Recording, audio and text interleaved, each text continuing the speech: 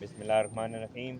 میں ہوں یاسین چودھری اور آپ دیکھ رہے ہیں ہمارا یوٹیوب چینل ڈسکور چکوال۔ آج میں آپ سے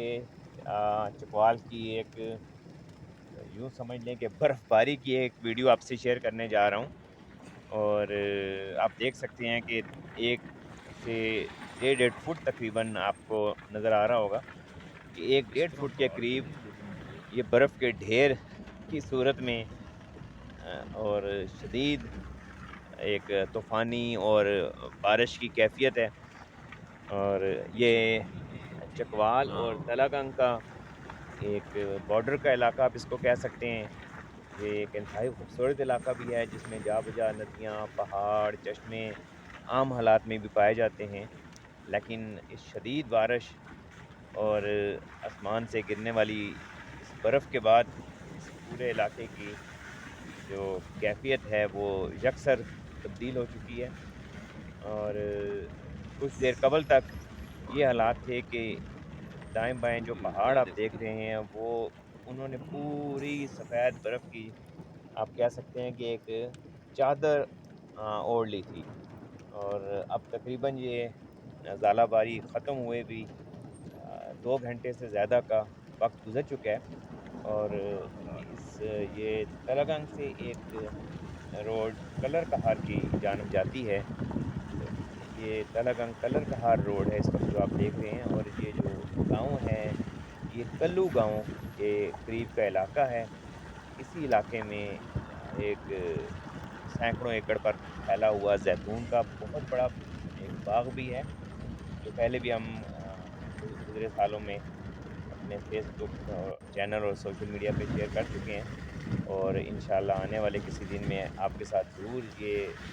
پہاڑوں میں طویل سلسلے میں پھیلا ہوا انتہائی کمال کا جو باغ ہے آپ سے انشاءاللہ دوبارہ کسی وقت اس کی جو اب صورتحال ہے وہ آپ کے ساتھ ضرور شیئر کی جائے گی۔ اور کلو گاؤں میں واقعہ یہ جو زیتون کا ایک بہت بڑا ایک جہان آباد ہے، یہ اظہار گروپ آف کمپنیز نے کچھ سال قبل چکوال میں یہ شروع کیا تھا، جو اس وقت ایک بہت بڑے مثبت اور قابل تقلید پروجیکٹ کی صورت اختیار کر چکے ہیں، جس کے نقش قدم پر واقعی چکوال کے لوگوں کو بھی پاکستان بھر کے لوگوں کو چلنا چاہیے۔ اور اس علاقے میں جو بارش کی نوعیت ہے آج وہ اس کو آپ انتہائی شدید نوعیت کی بارش کہہ سکتے ہیں، اور ہر طرف ایک طوفانی کیفیت ہے۔ اور جیسے میں نے بتایا کہ 1 2 2 فٹ کے یہ برف کے ڈھیر لگ چکے ہیں یہاں پہ، اور آپ کو ایسا لگتا ہے ایک لمحے کے لیے کہ جیسے آپ کسی کشمیر کے یا مری کے علاقے سے گزر رہے ہیں۔ اس ژالہ باری کے اثرات اور ان فصلوں کے دنوں میں کسانوں کو نقصان بھی ہوتا ہے، بالخصوص جو پھلدار اور پھولدار پودے، گندم تو کافی حد تک کیونکہ سمیٹی جا چکی ہے، لیکن پھر بھی ابھی کچھ مقدار گندم کی کھیتوں میں پڑی ہے، جس کے لیے یہ جو تمام چیزیں ہیں وہ نقصان دہ بھی ہیں۔ اس وقت آپ ایک